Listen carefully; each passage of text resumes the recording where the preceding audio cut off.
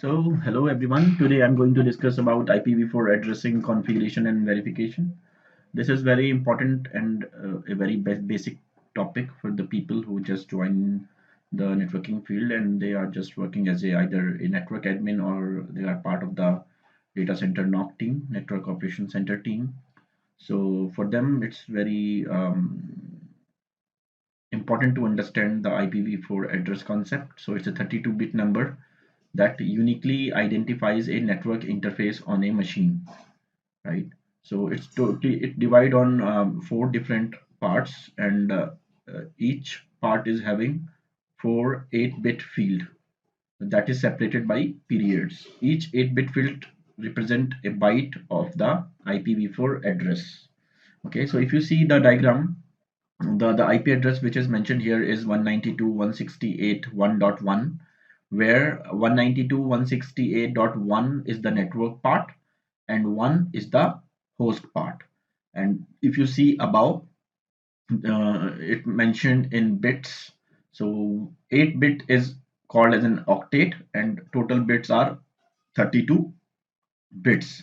So generally a router read the complete IP address in bits, but when we configure the IP address of an interface, we will always give in decimal, dotted decimal format, right? So if I show you my system and if I type CMD, this is the command prompt of my system. This is not a router or a firewall or any other device.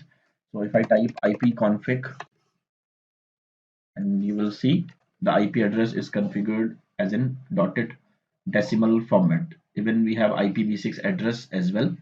So if I type route print command, so this will show the routes, whatever routes configured we have in my desktop. This is just a simple command prompt.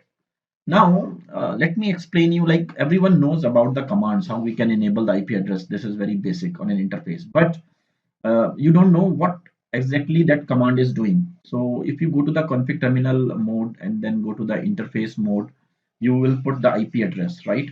So when you're typing the command IP address, then what will happen in background? It will enable the IP protocol, right? So it will tell the router that please activate the IP protocol on this interface, and then we will type the command no shut.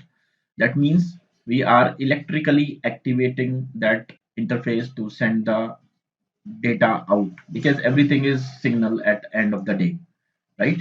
So let's take an example. Let me open a GNS and I'll show you. I'll take only one router and I'll show you how to configure an IP address on an interface. Let's take 3700 series router. So I have three series of router, 36, 37 and 7200. So first of all, let me enable it. Okay, here you can see the green signal. And now let me start the console of this router, right? So this is the console. Let me maximize the size. So reset terminal. Let me change settings. Logging, appearance, change, bold, 14. So this way you can change the appearance. So this is the router. Now let's see how many interface we have. The command is show IP interface brief. So here you can say, see, this is these are the two interface. So let me assign the IP address on the first interface. The command is config terminal and interface. What is the interface? Fast Ethernet 0/0. Then I have to provide the IP address. The IP address, let's suppose I'm giving is 192.168.1.1 and the subnet mask. So if you see, because the first three bits are network parts, so I am mentioning them 255, 255, 255. It denotes that these first three octets are network portion and last zero means this octet is the host portion. Now I have to enable this interface. Okay, now you can see IP interface brief. See, so now this interface is having this IP address and the status is up. Now let me show you this is very basic, right? So in the next video, if possible, then I'll show you. Okay, let me show you here itself. Let me connect one more router, and I'm just trying to show you the actual packet. So this one is the interface. So this one is already up. Let me enable this router start, and let me see the console. Let me configure it quickly, this interface, and then I'll show you the complete IP header itself. Okay, so it is interface FA0/0, no shut, IP address 192.168.1.2, right? 255.255.255.0, and no shut. Now you can ping the IP 192.168.1.1. See, now if I try to capture this packet, capture somewhere here and just start Wireshark, I just want to see, like, let me ping one more time. Okay, now remind me later. Okay, so if you see, this is a simple ping ICMP echo and ICMP reply packet. So whenever we are running the ping command, there will be two packets generated. One is ICMP echo and ICMP reply, request and reply, right? So just open it and you can see this is the IPv4 header, right? Version, length, everything.